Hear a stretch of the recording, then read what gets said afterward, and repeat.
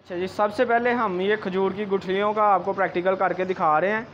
इसके अलावा कोई भी कस्टमर समझता है कि हमारी चीज़ बड़ी हार्ड है, तो वो लेके आए, हम लाइव उसको प्रैक्टिकल करके देंगे। ठीक है जी, जो भी चीज़ वो लेके आएंगे उसी वक्त उसको ग्राइंड करके दिखा के फिर मशीन देंगे। ठीक है जी।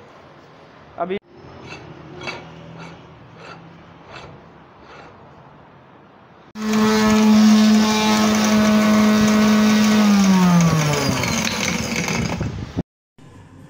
लो जी, ये खजूर, अजवा।